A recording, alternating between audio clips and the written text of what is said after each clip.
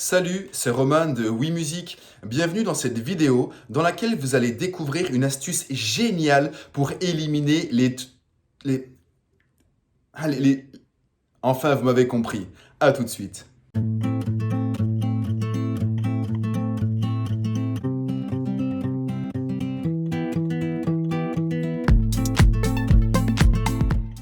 Peut-être que la peur des trous de mémoire vous empêche de jouer sans partition, que ça vous terrifie, que vous n'osez pas décoller les yeux de la partition de peur de vous planter. Peut-être que les trous de mémoire, c'est un horrible souvenir aussi dans votre vie, parce que ça vous est peut-être arrivé d'être devant un public qui vous regardait, qui vous écoutait, et vous étiez concentré, et d'un coup, vous avez senti venir le bug, et poum, ça s'est arrêté. Vous ne saviez plus comment retrouver ce que vous deviez jouer, et vous voulez bien sûr vous en sortir, mais plus vous êtes exigeant avec votre mémoire, plus ça bloque. Un peu comme la ceinture de sécurité quand elle est bloquée, quand vous voulez sortir. Vous pouvez forcer, ça ne change rien. Il faut arrêter pour laisser une chance aux opérations de se dérouler correctement. Et peut-être qu'avec ce genre de souvenirs, la simple évocation des trous de mémoire vous hante. Bien sûr, ce n'est pas une fatalité. Les trous de mémoire n'arrivent pas pour rien. D'ailleurs, dans un instant, vous allez découvrir pourquoi ils se produisent précisément. Mais avant ça, je vous propose de vous abonner à cette série de vidéos et à la chaîne Oui Musique pour découvrir d'autres astuces pour devenir un excellent musicien sans passer votre vie à travailler. Et je vous propose de découvrir un mini-cours gratuit que vous trouverez dans la description pour savoir comment beaucoup mieux mémoriser, retenir des morceaux à vie en un minimum de répétition et découvrir des informations passionnantes sur comment le cerveau fonctionne et comment votre mémoire peut être optimisée.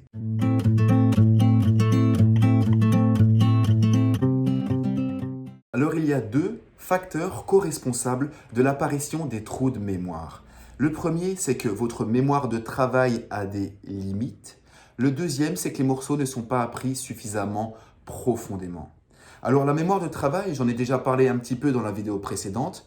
Je ne vais pas pouvoir m'étaler là-dessus dans cette vidéo, je vais vous donner quelques infos clés, mais vous pouvez regarder dans la description, il y a des liens vers des articles complets sur ce sujet que j'ai écrit. Pour faire simple, en fait, la mémoire de travail, c'est comme la mémoire vive de votre ordinateur. Elle permet à votre ordinateur de lancer des programmes et d'en faire quelques-uns simultanément. Et quand vous lancez trop de programmes en même temps sur votre ordinateur, quand il y a trop de fenêtres web ouvertes, qu'est-ce qui se passe? Votre ordinateur ralentit, il fonctionne moins bien et certains programmes peuvent commencer à dysfonctionner, à bugger. Nous, c'est pareil. La mémoire de travail nous permet de lancer des processus, elle nous permet de garder des informations en mémoire et elle nous permet également de télécharger des informations qui sont stockées quelque part dans notre esprit en mémoire de travail pour accéder tout de suite à ces informations. Typiquement, faire revenir les notes, les accords d'un morceau en temps réel dans notre mémoire de travail pour pouvoir y accéder et les traiter. Et comme je vous l'ai dit, le deuxième facteur qui est responsable de l'apparition des trous de mémoire, c'est que les morceaux ne sont pas assez ancrés. Et là, je vais vous livrer un scoop. Ouvrez bien vos oreilles. C'est pas parce que vous avez réussi à jouer quelques fois un morceau par cœur que vous le connaissez vraiment profondément. Et donc, si vous ne connaissez pas parfaitement un morceau, ça va demander plus de travail, plus de ressources et d'énergie, plus d'investissement à votre mémoire de travail. Plus vous connaissez un morceau par cœur, moins ça demande d'énergie à votre mémoire de travail. Et moins vous le connaissez par cœur, plus ça demande d'énergie. Ce qui fait que quand vous ne connaissez pas bien le morceau par cœur, vous demandez beaucoup de fuel à votre mémoire de travail. Et vous l'avez compris, plus vous connaissez profondément un morceau de musique, moins ça va demander d'énergie et de fuel à votre mémoire de travail pour justement l'exécuter correctement.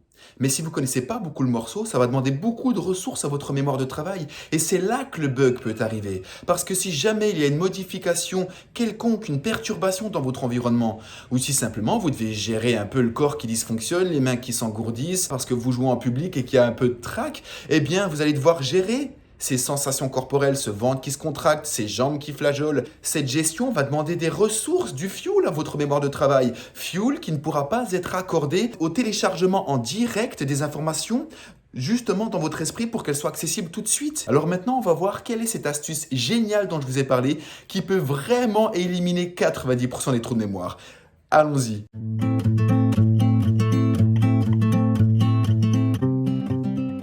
Alors reprenons notre petite histoire du début. Vous êtes sur scène, vous sentez que le trou de mémoire arrive, et là vous ne savez plus comment vous y prendre. Qu'est-ce que vous pouvez faire pour vous en sortir? Je vais vous poser une petite question qui va vous fournir un indice. Dites-moi, dans l'alphabet, quelle lettre précède la lettre O? Ah ah. En général, vous avez dû reprendre quelques lettres avant, voire reprendre au début de l'alphabet. Et c'est la même chose si vous faites du karaté, de la danse, du tai chi. Personnellement, j'ai pratiqué le tai chi pendant quelques années et parfois le professeur perdait le fil de l'enchaînement des informations, des gestes, et puis il reprenait quelques gestes avant. Et c'est la même chose pour l'alphabet, pour la danse et pour la musique. Parce que, comme vous l'avez découvert dans cette vidéo, la mémoire est contextuelle. Et grâce à ça, on pouvait savoir si certains instruments sont plus durs que les autres à jouer. En effet, lorsqu'on apprend l'alphabet, lorsqu'on apprend un morceau, on reprend toujours depuis le même endroit, en général depuis le début, ce qui fait qu'on a toujours répété les informations dans un ordre. Et comme la mémoire de l'être humain est contextuelle, eh bien, l'ordre fait aussi partie du contexte. L'endroit où se situe une information dans une chaîne d'informations fait aussi partie de son contexte et donc du type d'information que le cerveau va associer à celle que vous avez mémorisée. L'astuce pour éliminer les trous de mémoire découle tout simplement de là. Si vous voulez diminuer le nombre de trous de mémoire et éviter de vous retrouver dans un blanc, à ne plus savoir quoi jouer, eh bien vous devez créer des balises de sauvetage à différents endroits stratégiques de votre morceau. Ce qui fait que vous allez limiter le besoin de retourner longtemps en arrière pour retrouver une information et peut-être même bien que quand vous sentirez venir un trou de mémoire, vous aurez une balise de sauvetage qui ne sera pas très loin, que vous pourrez télécharger en direct dans votre conscience pour ne pas interrompre votre jeu et esquiver de ce fait le trou de mémoire parce que ça n'aura pas demandé beaucoup trop de ressources de faire revenir cette information vu qu'elle sera située pas très loin de là où vous serez en train de jouer, de ce que vous serez en train de jouer.